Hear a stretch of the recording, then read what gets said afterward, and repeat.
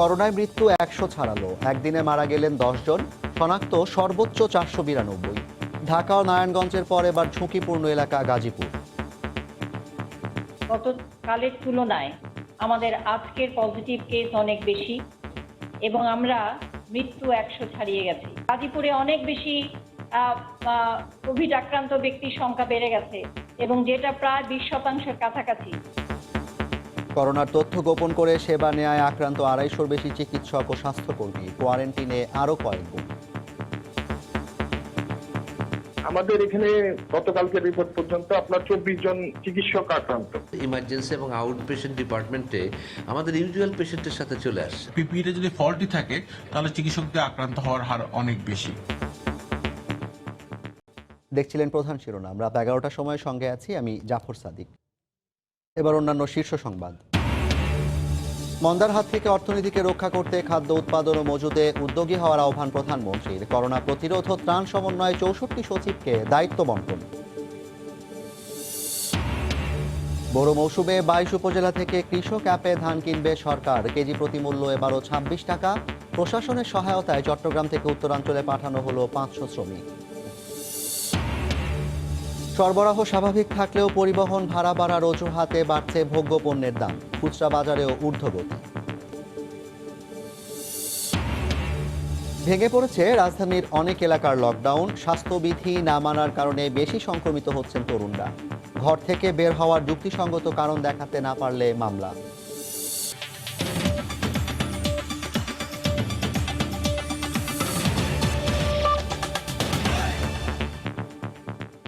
একশো ছাড়ালো কোভিড-১৯ দেশে মৃত্যুর সংখ্যা।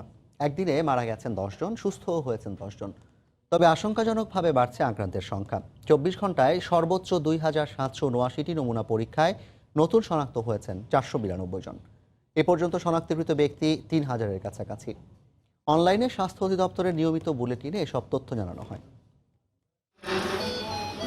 গোটা পৃথিবী থমকে আছে অদৃশ্য করোনার থাবায়। বাংলাদেশেও দীর্ঘায়িত হচ্ছে মৃত্যু আক্রান্তের তালিকা। ঢাকার মধ্যে ৫ জন। সোমবারের অনলাইন স্বাস্থ্য বুলেটিনে জানানো হয়, একদিনে সর্বোচ্চ ৭৭৯ নমুনা পরীক্ষায় নতুন শনাক্ত হয়েছেন ৪৯২ জন। মৃত্যুবরণ করা ও সুস্থ হওয়া মানুষের সংখ্যা সমানে সমান। যে ১০ জন মারা গেছেন তাদের সবার বয়স ৪০-এর উপর। এ পর্যন্ত মোট সুস্থ ৮৫ জন হলেও করোনা শনাক্ত হয়েছে প্রায় ৩,০০০ মানুষের দেহে। আসলেও একটা বিপদের মধ্যে দিয়ে যাচ্ছি। গতকালের তুলনায় আমাদের আজকের পজিটিভ কেস অনেক বেশি এবং আমরা মৃত্যু ১০০ ছাড়িয়ে গেছি। যে নমুনা আমরা গত ২৪ ঘন্টায় পরীক্ষা করেছি তার মধ্যে শনাক্ত হয়েছে ৪৯২ জন এবং এ পর্যন্ত শনাক্তকৃত ব্যক্তি ২৯৪৮ জন। তবে নতুন করে গাজীপুরে আক্রান্তের সংখ্যা বাড়ছে। এরপরই আছে কিশোরগঞ্জ ও নরসিংদী। তবে ঢাকা ও নারায়ণগঞ্জে আক্রান্তের সংখ্যা আগের মতোই সর্বাধিক। গাজীপুরের আক্রান্তের সংখ্যা ১৯.৫%, কিশোরগঞ্জেও ১৩.৫% এবং নরসিংদীতে ৬%। ঢাকা এবং নারায়ণগঞ্জ আগের মতোই অনেক বেশি আছে। বুলেটিনে জানানো হয়, N95 মাস্ক বাংলাদেশে তৈরি হয় না। সরকার যে মাস্কগুলো বিতরণ করছে সেগুলো মানসম্মত বলেও জানানো হয়। তবে সাধারণ জনগণ ঘরে তৈরি ৩ স্তরের মাস্কও ব্যবহার করতে পারেন। ওষুধ সামগ্রী যেমন সিরিঞ্জ বা ডিসপোজেবল বা অন্যান্য মাস্ক তৈরি করেন, এগুলো মান নিয়ন্ত্রণ এবং এগুলোর মূল্য নির্ধারণ করে থাকেন ওষুধ প্রশাসন অধিদপ্তর। অনলাইন বুলেটিনে আক্ষেপ করে জানানো হয়, জনগণ স্বাস্থ্যবিধি মেনে ঘরে থাকছেন না। আর এভাবে চলার কারণে ঝুঁকি আরও বাড়ছে, যা বড় সংকটের কারণ হতে পারে। আতিকুর রহমান তামাল, সময় সংবাদ, ঢাকা। স্বাস্থ্য অধিদপ্তরের নিয়মিত অনলাইন বুলেটিনের বিস্তারিত থাকছে এবারের বিশ্লেষণে।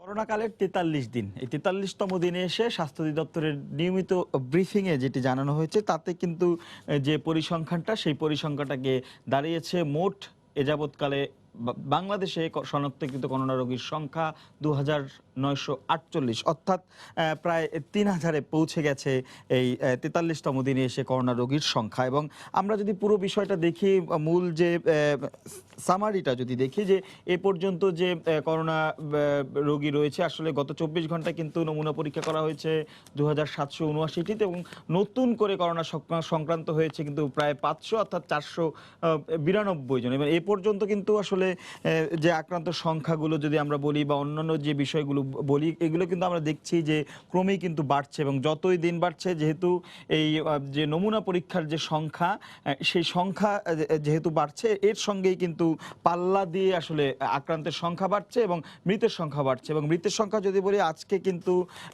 দেশে এই মৃতের সংখ্যা 100 পেরিয়েছে, অর্থাৎ 3 অঙ্কের কোটায় গিয়ে পৌঁছেছে।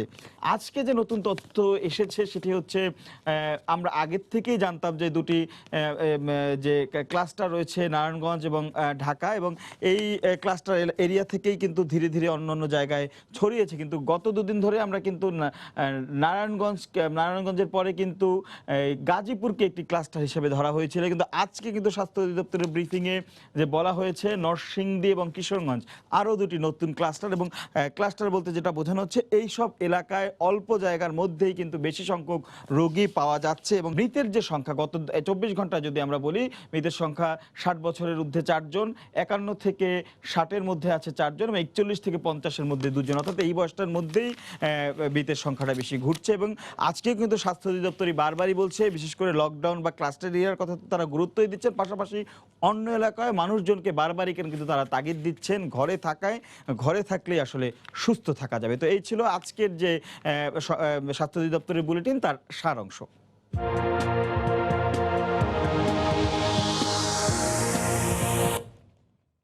রাজধানীর মিটফোর্ড হাসপাতালের অন্তত অর্ধশত চিকিৎসক ও স্বাস্থ্যকর্মী করোনায় আক্রান্ত হয়েছেন। এছাড়া সোহরাওয়ার্দী মেডিকেলের 9 জন, বঙ্গবন্ধু শেখ মুজিব মেডিকেল বিশ্ববিদ্যালয় ও সিএমএইচের 8 জন চিকিৎসকের দেহে করোনা শনাক্ত হয়েছে বলে জানিয়েছে বাংলাদেশ ডক্টরস ফাউন্ডেশন BDF।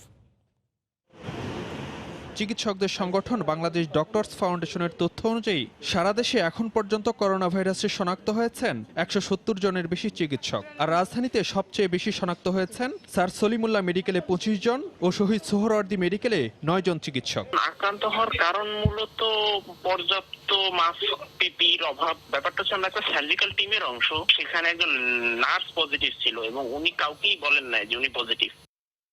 আমাদের এখানে 24 জন চিকিৎসক আক্রান্ত, আর নার্স আর হসপিটালে 4র্থ শ্রেণী কর্মচারী বা ওয়ার্ড বয় যারা থাকে, এরা সহ এই সংখ্যাটা অ্যারাউন্ড 50। ম্যান পাওয়ারটা এখন অনেক, মানে প্রায় 20 থেকে 10% নেমে আসছে আর কি। কারণ অনেকে আক্রান্ত, অনেকে কোয়ারেন্টাইন। এখনো যারা সেবা কার্যক্রম চালাই যাচ্ছে, এরা যে আগামীকাল বা পরশুদিন আক্রান্ত হবে না, এটা তো বলা যাচ্ছে না, কারণ এই জায়গাটা এখন একটা এপি সেন্টারের মতো হয়ে গেছে। চিকিৎসকদের এভাবে আক্রান্ত হওয়ার পেছনে পর্যাপ্ত সুরক্ষা সামগ্রীর সংকট আর রোগীদের তথ্য লোকানোর প্রবণতাকে দায়ী করছেন চিকিৎসা সংশ্লিষ্টরা। যে হারে চিকিৎসকরা আক্রান্ত হচ্ছে, আমাদের ভয় হলো কিছুদিন পরে আপনার চিকিৎসা দেওয়ার মতো আপনার চিকিৎসক থাকবে কিনা। পিপিইতে যদি ফল্টই থাকে তাহলে চিকিৎসকদের আক্রান্ত হওয়ার হার অনেক বেশি। আরেকটা জিনিস হলো, রোগীরা আপনার হিস্ট্রি লুকিয়ে আপনার হাসপাতালে ভর্তি হচ্ছে। এর আগে করোনা ভাইরাসে আক্রান্ত হয়ে কুর্মিটোলা জেনারেল হাসপাতালে চিকিৎসাধীন অবস্থায় গত বুধবার মারা যান সিলেট ওসমানী মেডিকেলের সহকারী অধ্যাপক ডাক্তার মঈনুদ্দিন। ফারুক ভিয়া, রবিন, সময় সংবাদ, ঢাকা। তথ্য গোপন করে চিকিৎসা নেয় একের পর এক বন্ধ হচ্ছে বিভিন্ন হাসপাতালের বিভাগ। ইতিমধ্যে এই চিকিৎসক ও স্বাস্থ্যকর্মী আক্রান্তের সংখ্যা 250 ছাড়িয়েছে।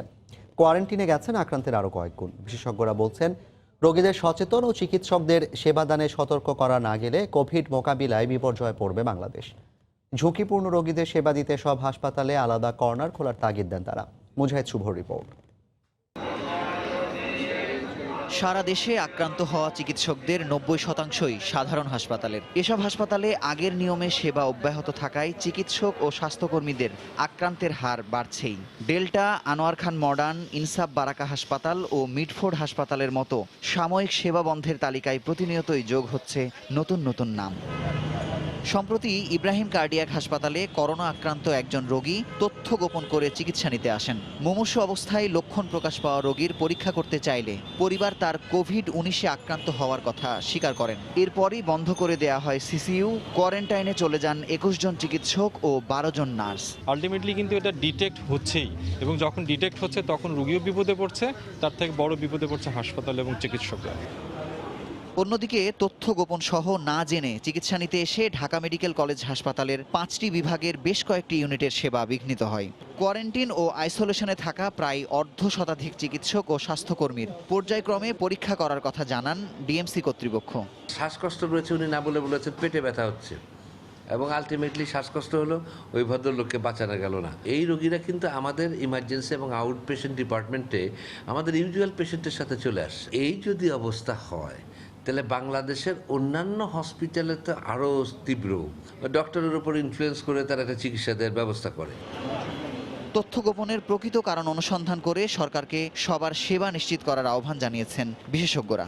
সরকার এবং জনগণ দুজনেরই দায় আছে। সরকারকে এটা এমনভাবে প্রচারণা এবং কর্মক্ষেত্রে এমনভাবে দেখাতে হবে যে কোভিড হাসপাতালগুলোতে গেলেই মানুষের কোনো কষ্ট হবে না, ওখানে সঠিকভাবে ওরা চিকিৎসা পাবে, এবং সমাজের নিশ্চয়তা দিতে হবে যে সমাজ থেকে ওরা নিগৃহীত হবে না। রোগীদের তথ্য গোপন বা অসচেতনতায় কোভিড যুদ্ধে ক্রমাগতভাবে রসদ কমছে বাংলাদেশের। সামাজিক সংক্রমণের চতুর্থ ধাপে তাই যে কোনো রোগী দেখার আগেই চিকিৎসক বা স্বাস্থ্যকর্মীদের পিপিই পরার আহ্বান বিশেষজ্ঞদের। মুজাহিদ শুভ, সময় সংবাদ, ঢাকা। করোনা ভাইরাসের প্রভাবে বৈশ্বিক মন্দার হাত থেকে দেশের অর্থনীতিকে রক্ষা করতে খাদ্য উৎপাদন ও মজুদে উদ্যোগী হওয়ার আহ্বান জানিয়েছেন প্রধানমন্ত্রী শেখ হাসিনা। তিনি বলেন, দেশের মানুষ আর একটু সচেতন হলেই করোনা নিয়ন্ত্রণ সম্ভব। সকালে গণভবন থেকে ঢাকা ও ময়মনসিংহ বিভাগের সঙ্গে ভিডিও কনফারেন্স করেন প্রধানমন্ত্রী। করোনা মোকাবিলায় সরকারের প্রস্তুতি রয়েছে জানিয়ে তিনি বলেন, সীমিত পরিসরে কারখানা খোলা হলেও শ্রমিকদের সুরক্ষা দেওয়ার দায়িত্ব নিতে হবে মালিকদেরকেই। অদৃশ্য এক ভাইরাস আজ সুদৃশ্য পৃথিবীকে স্থবির করে ছেড়েছে। এর থাবায় কান্নার রোল যেন ক্রমেই দীর্ঘায়িত হচ্ছে বাংলাদেশেও। কোভিড-19-এর মহামারী ঠেকাতে মাঠ পর্যায়ের প্রস্তুতি তদারকির অংশ হিসেবে সোমবার ঢাকা ও ময়মনসিংহের 8 জেলার মাঠ প্রশাসনে কর্মরতদের সঙ্গে ভিডিও কনফারেন্স করেন প্রধানমন্ত্রী। তিনি জানান, সচেতনতা মেনেই এই যুদ্ধ জয়ের সংকল্প নিতে হবে। আমি মনে করি যে আমাদের জনগণ যদি আরেকটু সচেতন থাকেন, আরেকটু নিজেকে সুরক্ষিত রাখেন, তাহলে এটা সকলের পক্ষে নিয়ন্ত্রণ করা সহজ। শেখ হাসিনা জানান, ত্রাণ কার্যক্রম তদারক করতে মন্ত্রণালয়ের সচিবদের জেলাওয়ারি দায়িত্ব দেয়া হয়েছে। রমজানে দেশে খাদ্যের সংকট হবে না উল্লেখ করে উৎপাদন বাড়ানোর কার্যকর উদ্যোগ নিতে বলেন সংশ্লিষ্টদের। আগামীতে হয়তো বিশ্বব্যাপী দুর্ভিক্ষ দেখা দিতে পারে, কিন্তু বাংলাদেশে আমরা যদি খাদ্য উৎপাদন করে আমাদের মজুদ রাখতে পারি, তাহলে আমরা সেই দুর্ভিক্ষে পড়ব না। রমজান মাসে আরো বিশেষভাবে খাদ্য সরবরাহ যাতে হয়, আমরা তার ব্যবস্থা নেব। তৈরি পোশাক কারখানা সীমিত পরিসরে চালানো মালিকদের কর্মীদের জন্য স্বাস্থ্য সুরক্ষা নিশ্চিতের তাগিদ দেন সরকার প্রধান। কড়া সমালোচনা করে তিনি প্রশ্ন তোলেন, অপরিকল্পিতভাবে সাধারণ ছুটির মধ্যেও কেন পোশাক শ্রমিকদের ঢাকায় নিয়ে আসা হলো।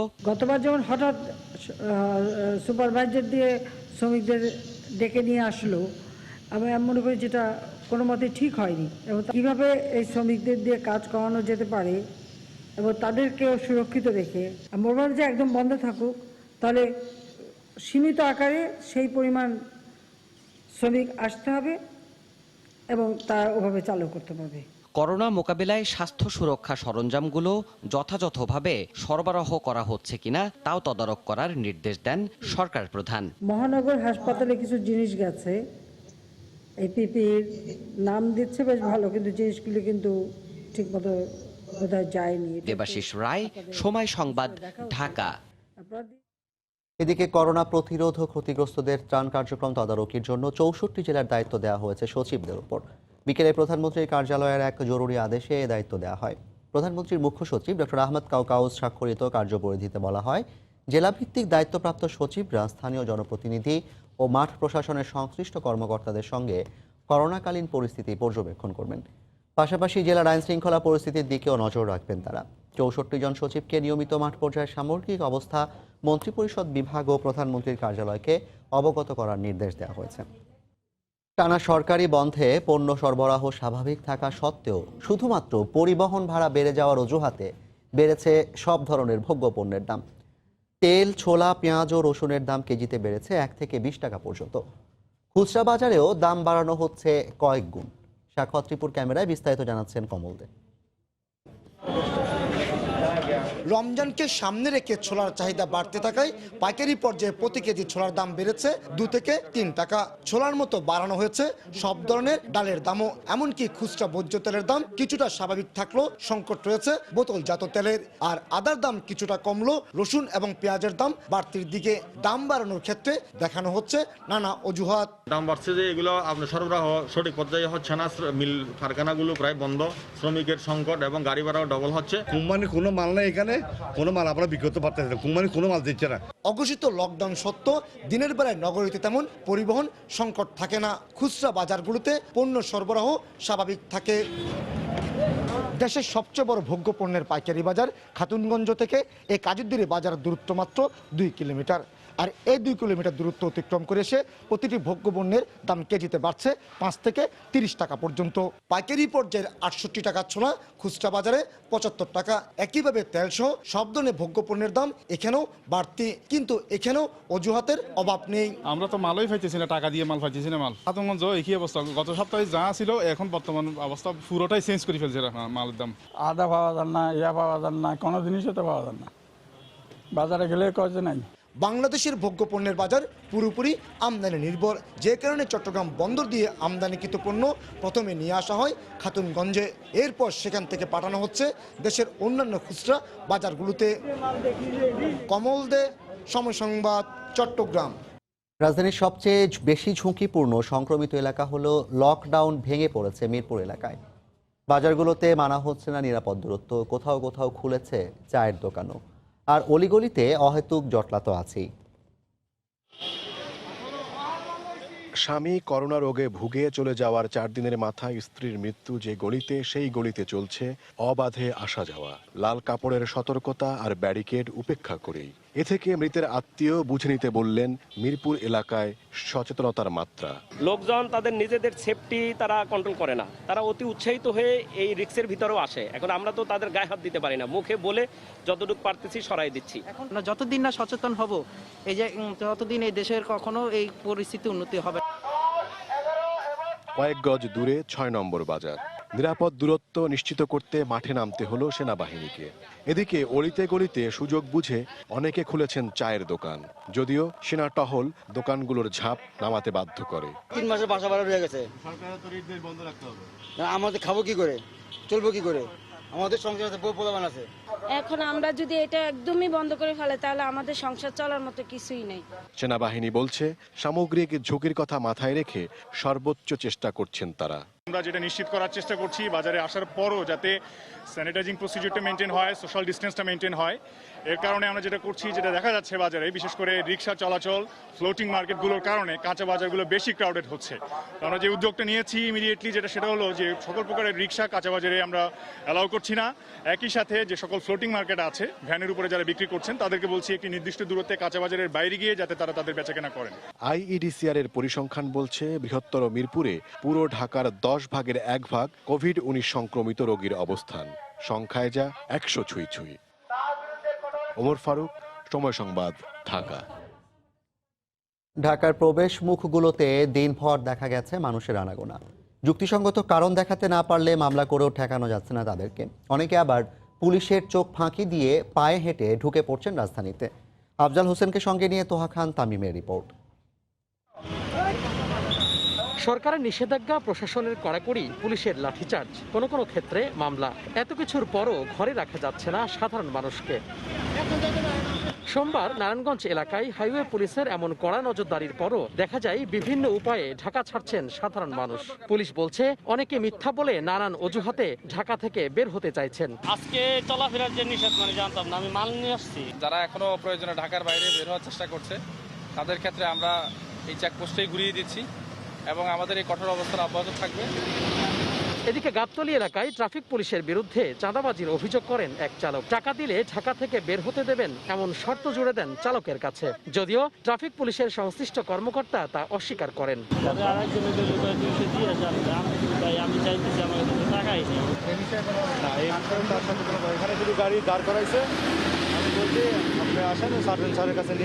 এদিকে অন্যান্য দিনের তুলনায় গাবতলী ও আব্দুল্লাহপুরে যানবাহনের অতিরিক্ত চাপ দেখা গেছে। ঢাকা চট্টগ্রাম মহাসড়কে কাঁচপুর ও আশপাশের এলাকায় প্রায় 6 থেকে 7টি পুলিশের চেকপোস্ট ফাঁকি দিয়ে অসংখ্য মানুষ এভাবে পায়ে হেঁটে অবলীলায় নারায়ণগঞ্জ অথবা ঢাকা থেকে বের হতে অথবা ঢুকতে পারছেন। বিশেষজ্ঞরা বলছেন, মহাসড়কে যদি পুলিশের টহল না থাকে তাহলে নিষেধাজ্ঞার যে সুফল তা কখনোই সফলতার মুখ দেখবে না। তোহা খান তামিম, সময় সংবাদ, নারায়ণগঞ্জ। দেশে কোভিড-19 আক্রান্তদের বড় অংশই বয়স তরুণ। মোট আক্রান্তের প্রায় অর্ধেকই 21 থেকে 40 বছরের মধ্যে। বিশেষজ্ঞরা মনে করেন, স্বাস্থ্যবিধি মানতে না চাওয়া ও ঘন ঘন বাইরে বের হওয়ার কারণেই বেশি সংক্রমিত হচ্ছেন তরুণ ও যুবকরা। একই সঙ্গে ঝুঁকি বাড়াচ্ছেন পরিবারের অন্য সদস্যদের।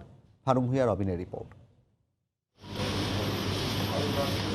বিশ্বজুড়ে কোভিড-19 সংক্রমণ শুরুর দিকে বলা হয় তরুণদের তুলনায় বয়স্করাই বেশি ঝুঁকিতে। যদিও তা নাকচ করে দিয়ে বিশ্ব স্বাস্থ্য সংস্থা সতর্ক করে দিয়েছিল, সাবধানতা না মানলে কোনো বয়সের মানুষই নিরাপদ নন।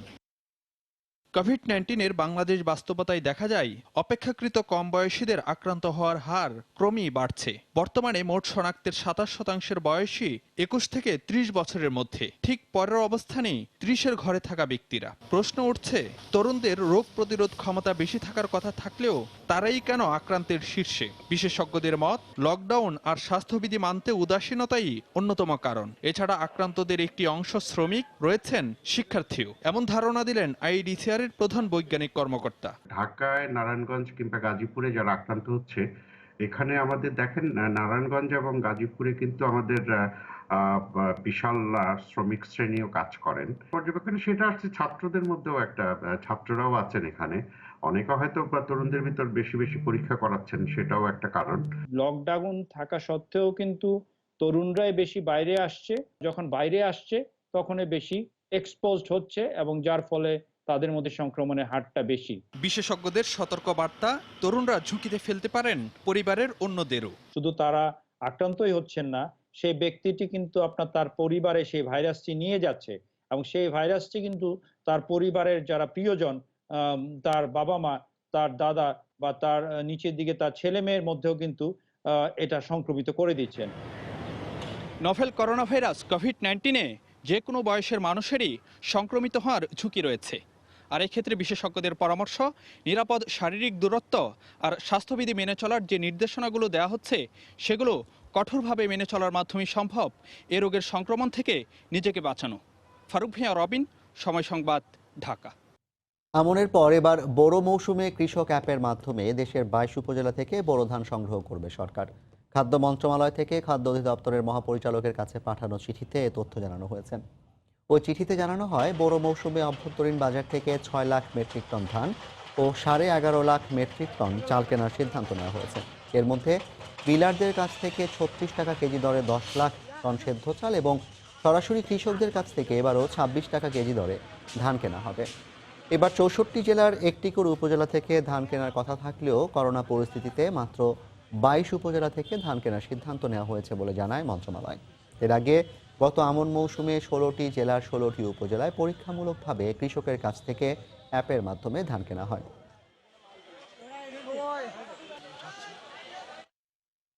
এদিকে হাওড় অঞ্চলের ধান কাটতে চট্টগ্রাম থেকে পুলিশ প্রশাসনের সহায়তায় আরও 500 শ্রমিক পাঠানো হয়েছে। রাতে 20টি বাসযোগে নগরীর বাকলিয়া থেকে তাদের কিশোরগঞ্জ, হবিগঞ্জ এবং সুনামগঞ্জে পাঠানো হয়। এ নিয়ে 2 দিনে 600 শ্রমিক পাঠানো হলো।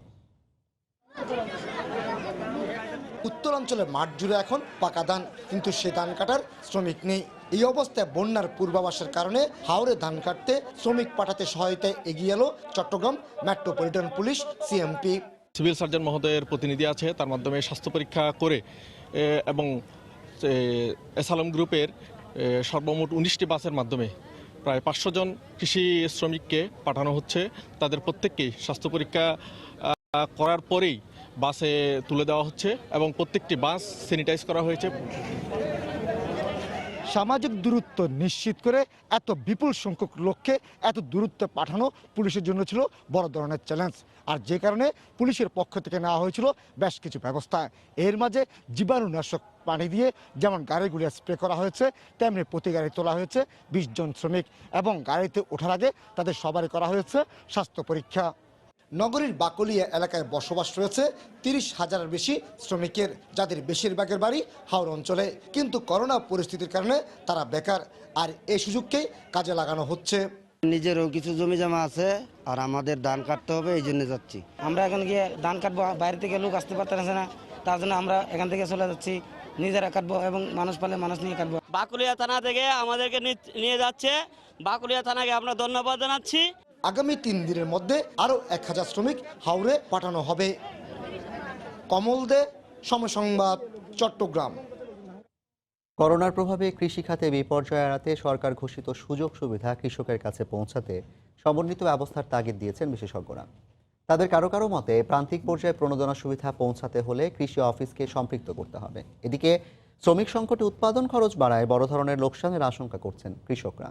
মানিকগঞ্জ, কালীগঞ্জ, নরসিংদীর ঘোড়াশাল ঘুরে এসে বিস্তারিত জানাচ্ছেন সেরিয়া সুলতানা, ক্যামেরায় ছিলেন শেখ সালাউদ্দিন।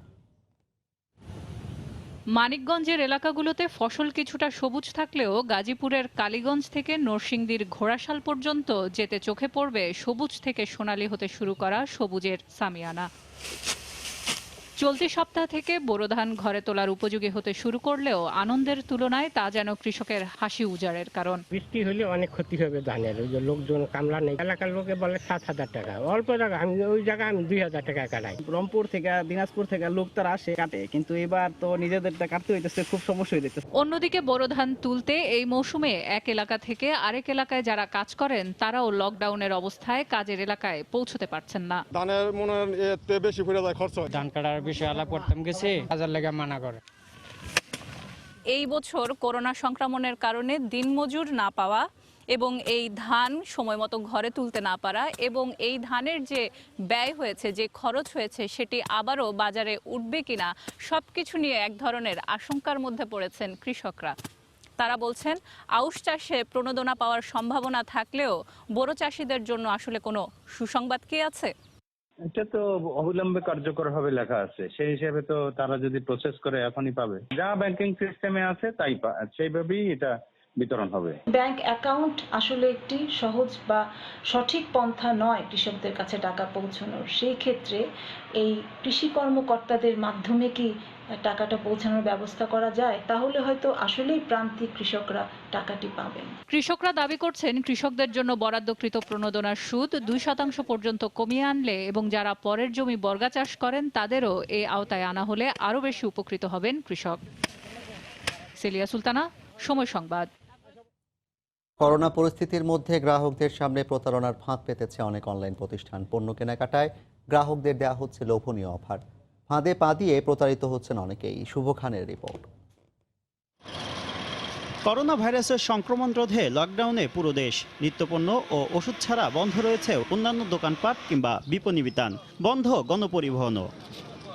তবে নিষেধাজ্ঞার আওতামুক্ত ই কমার্স প্রতিষ্ঠানের পণ্য পরিবহন ব্যবস্থা। এ অবস্থায় সাধারণ মানুষের কেনাকাটার অন্যতম মাধ্যম হয়ে উঠেছে অনলাইন মার্কেটপ্লেস।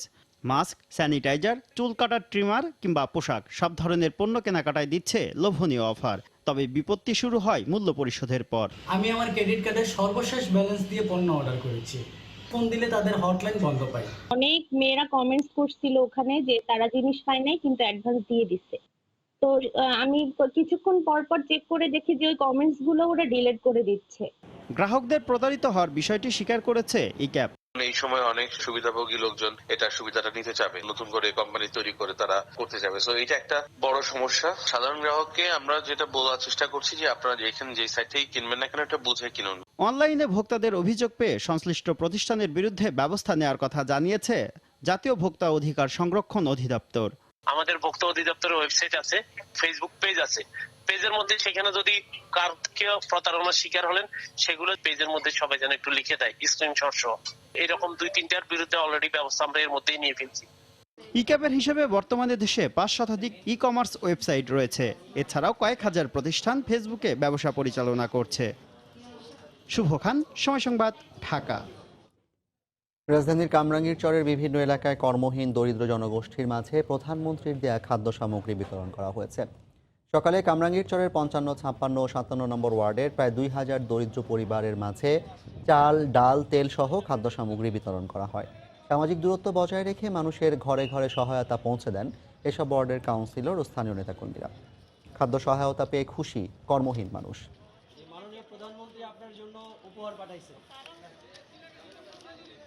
কামরাঙ্গীরচরে প্রধানমন্ত্রী ত্রাণ পেয়ে দুস্থ পরিবারগুলো অত্যন্ত খুশি এবং তারা আশাবাদী নিয়মিতভাবে প্রধানমন্ত্রীর পক্ষ থেকে এভাবে তারা ত্রাণ সামগ্রী পেয়ে থাকবে ইনশাআল্লাহ। যতদিন পর্যন্ত করোনা ভাইরাস মুক্ত না হবে ততদিন পর্যন্ত আমাদের এই ত্রাণ প্রধানমন্ত্রীর উপহার ত্রাণ অব্যাহত থাকবে। রাস্তাঘাটে দাঁড়িয়ে নিতে পারে না, তাদের ঘরে ঘরে আমরা পৌঁছে দিতে পারবো যদি মাননীয় প্রধানমন্ত্রীর এই উপহার দেওয়া অব্যাহত থাকে কামরাঙ্গীরচরবাসীর দিকে তাকায়া।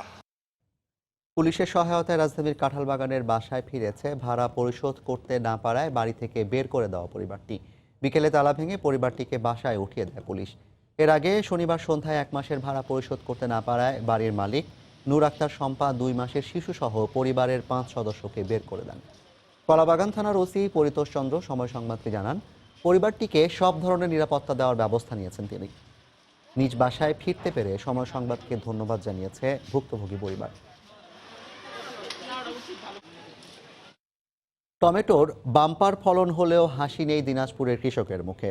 বাজারে ক্রেতা কমেছে, সঙ্গে যুক্ত হয়েছে পরিবহন সংকট। এতে লোকসান গুনছেন কৃষক। অবশ্য লোকসান পুষিয়ে নিতে সরকারের প্রণোদনা দেওয়ার কথা জানিয়েছে কৃষি বিভাগ। গোলাম নবী দুলালের তথ্য, মঞ্জিদ আলম শিমুলের ছবি নিয়ে রিপোর্ট। দিনাজপুর সদর উপজেলার শেখপুরা ইউনিয়নের কৃষক মনকুমার রায় চলতি বছর ভালো লাভের আশায় 1 বিঘা জমিতে টমেটোর আবাদ করেন, কিন্তু করোনা ভাইরাস সব প্রত্যাশা চুরমার করে দিয়েছে। টমেটোর দাম তো নাই, ব্যাপারী আসে না, খরচ তো খুব, এই করোনার কারণে তো ব্যাপারী আসিও পারছে না, এর না আসলে তো মানুষ থাকবা দেয় না। একই অবস্থা জেলার অন্যান্য টমেটো চাষিদেরও।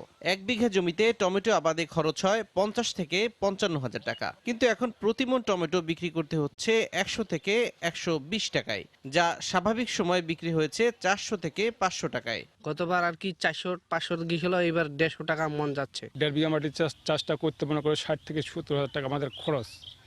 এই পয়সাগুলো আমি কি এখন কেমন করে তুলব? বাজারে খাইতেছে না, পাইকার পত্র ঢাকা শহর ঢুকে না, ঢাকার শহরের পাইকার পত্রগুলোই মাল কটা নিতেছে। অন্যদিকে এ সময় সড়কে গাড়ি চালাতে আগ্রহী নন চালকরা।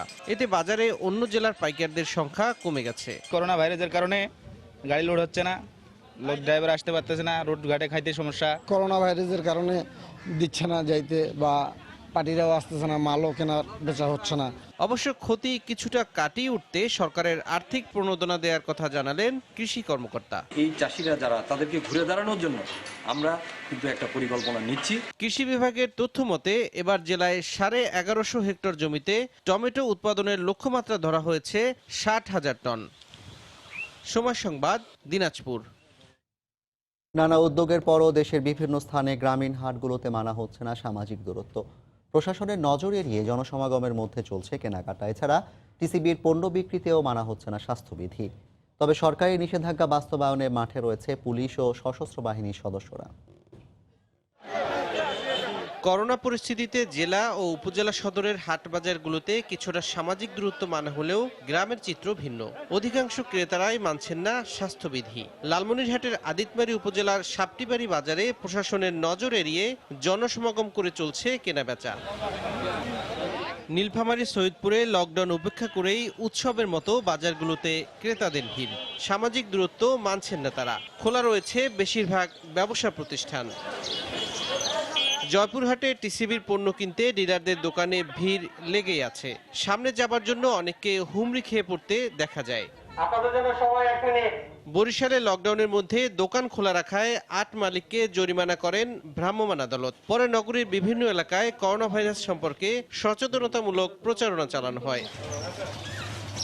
গোপালগঞ্জে প্রশাসনের নির্দেশনা না মেনে রড, টিন ও পোশাকের দোকান খোলা রাখার দায়ে 8টি ব্যবসা প্রতিষ্ঠানের মালিককে 4,80,000 টাকা জরিমানা করেন ভ্রাম্যমাণ আদালত।